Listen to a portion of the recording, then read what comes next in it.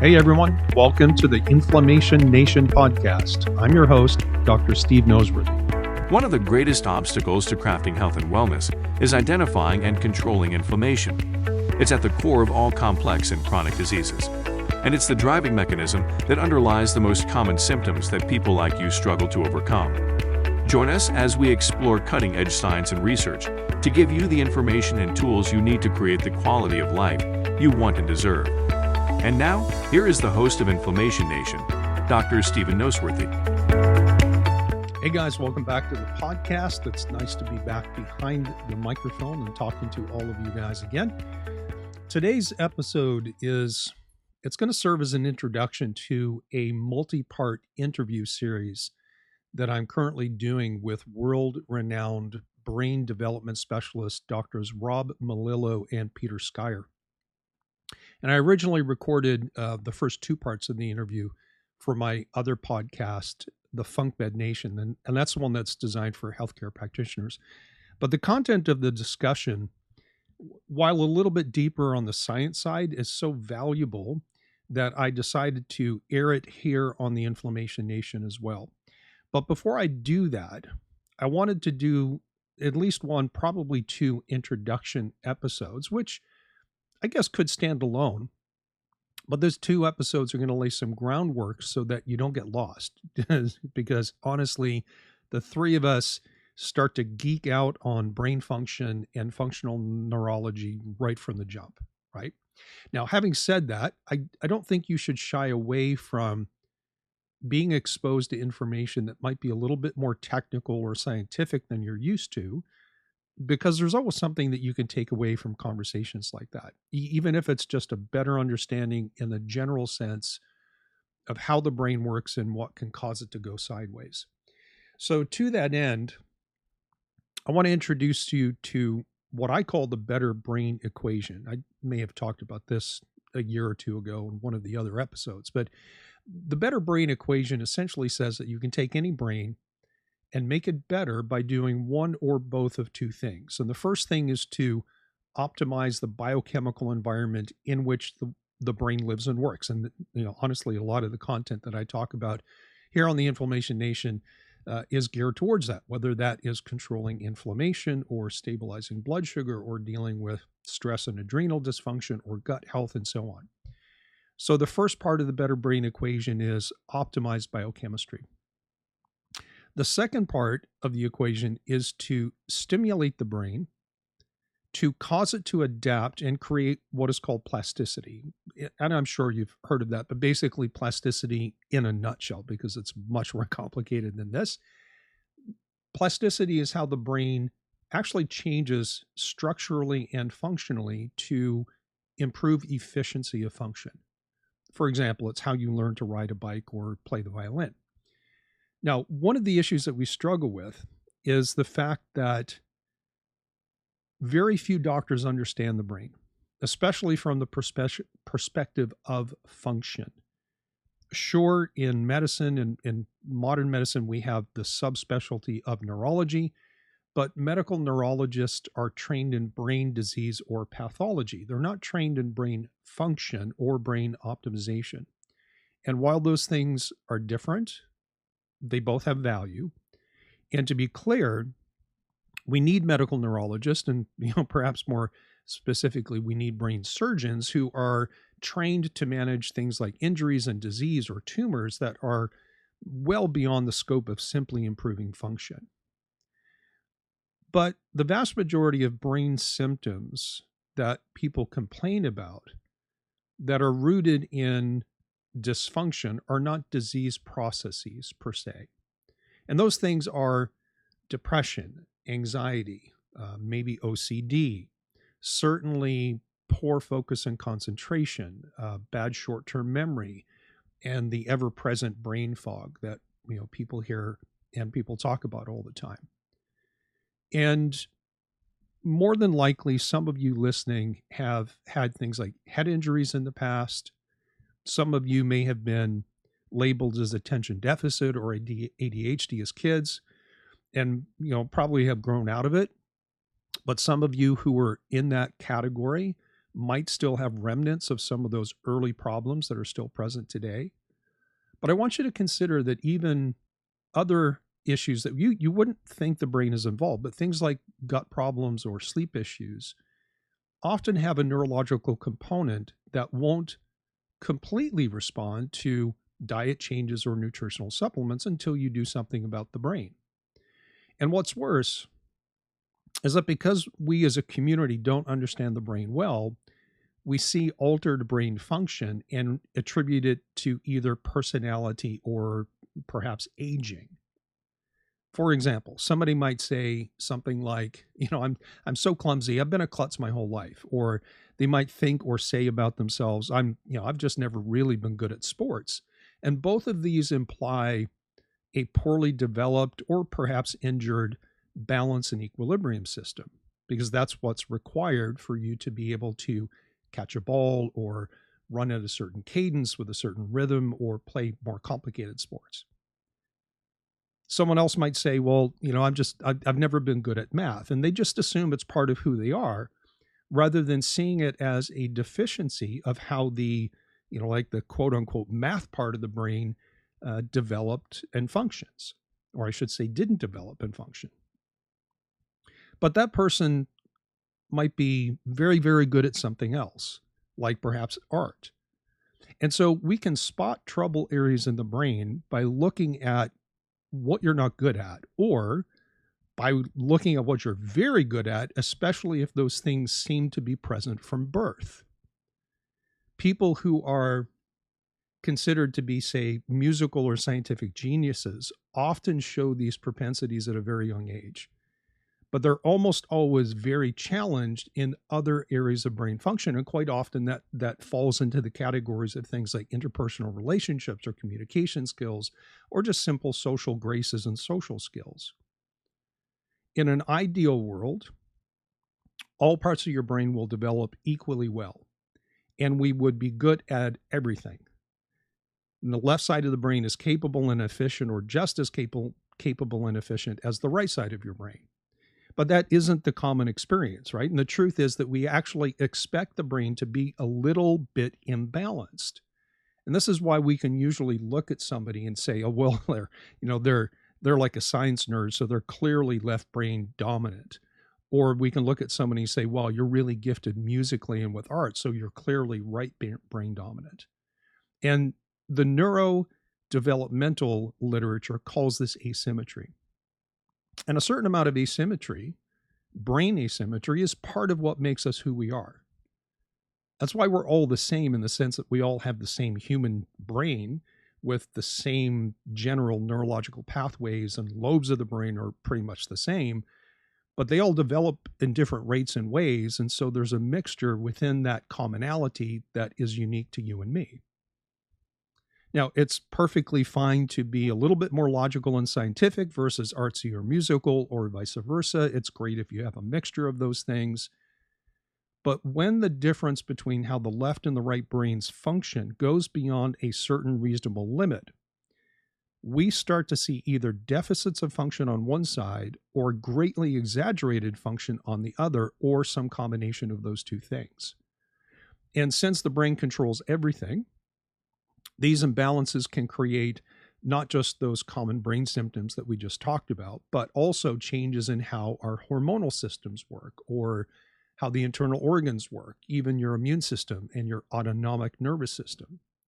In other words, when the brain is imbalanced, everything can be affected to some degree, which is why kids with attention deficit or hyperactivity disorders, or if they're on the autistic spectrum, always have gut issues. They always have immune challenges.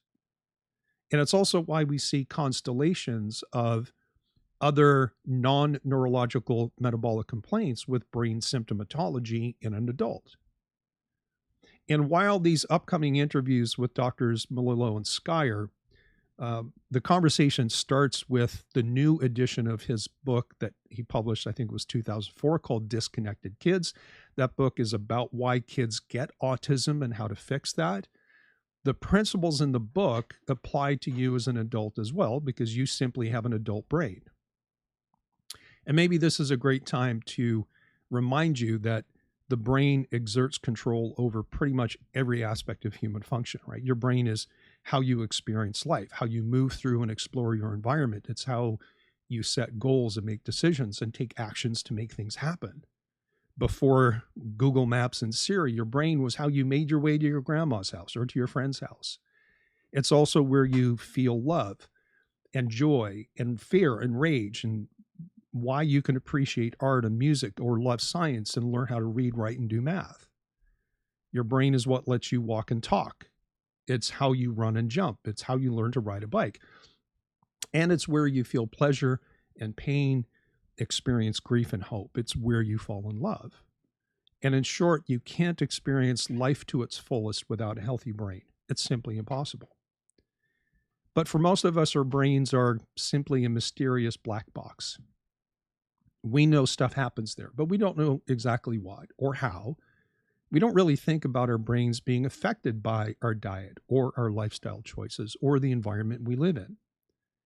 And we may not make connections between what we experience as adults and how our brains developed when we were young. In short, the brain is a mystery for most of us, and that includes your doctors. So let me start to demystify your brain by talking about how your brain develops when you're born, and then we'll eventually talk about what can go wrong. The first thing I want you to know is that when you're born, you have more neurons in your brain than at any other point in your life. From the moment you're born, you start to lose neurons. But the main difference between your adult's brain and the brain you had when you were born is that while your baby brain had more neurons, it had very few connections. And your adult brain has way more connections, even though it doesn't have as many neurons. And connectivity is what gives function. It's not about how big your brain is or how many neurons you have. It's more about how those neurons you do have connect and communicate together. So again, despite having more neurons as a baby, you couldn't speak a language. You couldn't even pick your head up to look around, or let alone sit or walk, as obviously a newborn. So babies are born with a huge neural mass, but very few connections. And the connections they do have are all geared towards one thing, and that is survival. So the infant brain is very primitive in that sense. It's all about survival and not about sophistication. And that's why babies cry when they're hungry or they're tired or they're wet or they're in pain. And in fact, crying is the newborn's only form of communication that something isn't right and something needs to be fixed. Now, if you have children, or if you've been around newborns, you will know that they are capable of movement, but their little arms and legs flail about just in a very random, almost spastic manner. And that's because they come into this world with a primitive motor cortex, that's what controls muscles, which creates these spontaneous muscle contractions that are unrefined. They're random, they're very uncoordinated. But as the weeks and the months go by, you see these movements becoming less random. They become more coordinated and more purposeful. And it's always a moment of great joy for a parent when their baby grabs a raisin for the first time and pops it into their mouth. So as these newborn babies flail around, all that movement is actually used to help the brain develop. In fact, you can't move a joint, contract, or stretch a muscle without a sensory signal coming from and going to the brain.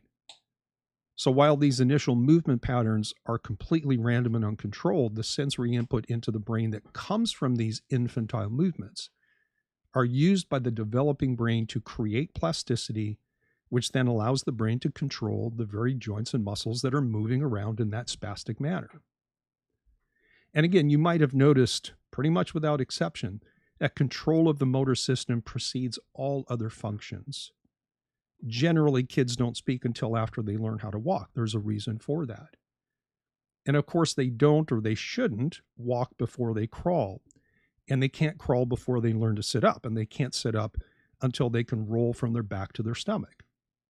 And because all of this happens, or I should say before all of this happens, the very first thing that you as a baby learn to control is your eyes. Newborn babies can't focus their eyes and can't control and coordinate eye movement, certainly with head position, until they're a few months old. But the progression happens early, and it happens like this. First, comes the ability for the baby to fix their eyes on a target of interest, and that might be their mother's face. But in the beginning, that's very transient. They can't focus for very long before their eyes are roving off to look at something else. But over time, they can fixate for longer and longer. So the more they practice fixating for short periods of time, the longer that period becomes and the more control they have over being able to stare and look at one thing. As they gain control over their eyeballs, they then start to coordinate their eye position and movements with the muscles in their neck so that they can turn their head or lift it up to look at something that interests them. But of course, their tiny little neck muscles are not very strong, so their head kind of comically bobs up and down until weeks later they can pick up their head, and then they can turn their head and their eyes towards things they see and sounds that they hear, things that catch their attention, in a coordinated pattern of movement that yokes or connects their eyes and their head together. And so the ability to control the muscles of the eyes and coordinate that with the stabilization and strength of the neck forms the foundation of spinal stability that eventually allows them to sit, crawl, stand, and then walk. And all of that sets the foundation for higher brain functions like the acquisition of language and the development of social skills, awareness of their selves. Now, when you get to the interviews with Doctors Melillo and Scire, we will at some point during that interview be talking about something called primitive reflexes. And this is not something many people know about, so let me explain those briefly. Primitive reflexes are automatic movements that support the birthing process and that set the stage for early development of the brain after birth. And some of these primitive reflexes are present in utero, and they help the baby position itself so that the baby can do his or her part of going through the birth canal during the birthing process. But once the baby's born, the newborn has other primitive reflexes that, for example, will help it latch onto a breast to feed or to respond to different stimuli that comes from touch or sound or movement. And these primitive reflexes, again, happen automatically. That's what a reflex is. It's an automatic response to some kind of a stimulus. And as these reflexes activate, they essentially feed brain development. Remember that when you move your body or send some kind of a sensory input into it, say through light or sound, you feed your brain. And as you feed the brain by increasing these sensory inputs into it, whether that is movement or light or sound or touch or pressure or temperature changes and more, the brain responds by increasing its activation, which helps it develop and become more stable and more capable. Now, these primitive reflexes are designed to be present only until the brain develops past a certain point, and then those reflexes should go away. And this is where the brain starts to shift away from its only interest is survival to now sophistication. And so these reflexes go away as the brain develops. It gains the capacity to inhibit those survival-based reflexes. And that's why most of us as adults, like we don't cry when we get hungry. We don't cry if we get wet, for example. We might complain a little bit, but we don't cry like a baby does. But what happens when the baby, or as the baby grows, what happens when the brain doesn't develop the ability to inhibit these more primitive reflexes? And we call those retained primitive reflexes, and they can affect how the brain develops and matures over the next several years. And listen, this is not some theoretical junk made up by fringe doctors. 50 years ago or so, pediatricians routinely examined growing infants for these primitive reflexes to make sure that kids were hitting their developmental milestones. But over time, the focus in pediatrics shifted away from healthy development, and by that I mean healthy neurological development, to making sure kids stick to their vaccine schedules and taking care of recurrent ear infections. So in the modern functional neurology field, again, where we're focused on function and not disease per se, well-trained doctors are examining kids for these retained primitive reflexes. They're looking at adults with long histories of things like depression or anxiety or poor cognitive function or balance and emotion issues, and checking to make sure that part of the problem is or is not a retained primitive reflex that should have gone away decades before but didn't. The other thing that we look for in functional neurology is to determine if one side of the brain has developed faster or better than the other, and to decide if a relative brain imbalance is part of the cause of their health complaints. While the right and the left halves of your brain certainly work together, there is a certain degree of competition where one side of the brain keeps the other side in check. And this is part of the conversation, or this part of the conversation can get very complex very quickly. So I just want to summarize a few things for you. I guess I'll probably wind down this episode and tell you what we're going to talk about in the next one. Otherwise, I'll talk for another 30 minutes. But as you will learn in the upcoming interviews, the right side of the brain develops more than the left side of the brain in the first 3 years of life. Between the ages of 3 to 6, the left brain starts to develop faster than the right, and after 6 years, development kind of flips and flops back and forth until development is stopped somewhere in the second decade. And it's going to vary from male to female, it's going to vary from person to person, right? So that there's a range. In many cases, different functions are housed in what we call distributed networks of the brain that may have components on both sides of the brain. And this distribution allows the brain to have more control over functionality, and it allows different systems to integrate and communicate with each other. So, for example, the right brain is where we feel anxiety or fear or anger, let's say negative emotions. Whereas the left side of the brain is where we have positivity. And it's this balance between positive and negative emotions on both sides that allow us to control our emotionality so that we can be happy and positive when we need to, or we can be fearful or anxious if the situation calls for it. And thus we stay even-keeled emotionally. And our emotional output and outlook is dependent on the circumstance that we're in. If there is a developmental issue or perhaps an injury, say to the left side of the brain, and we lose that positivity, people tend to get very emotional, and they can have episodes of anxiety. They can have outright panic attacks, or they can become very fearful or angry or have spontaneous crying spells. And part of helping people like this is to help them increase the activity of the left brain to balance out and help control the emotional side, which is on the right side. So the bottom line is this. Sometimes the root cause of developmentally challenged kids is in retained primitive reflexes and an atypical development process that creates imbalances in right and left brain function. And sometimes these developmental issues extend into adulthood, and if not directly causative, can certainly be an obstacle to improvement in adults with brain-based complaints, especially if they've had those complaints for a very long time. It's a different situation if a 45-year-old all of a sudden becomes anxious. I would look at that perhaps differently than somebody who is 45 years old who says, I don't remember ever not being anxious, even as a child.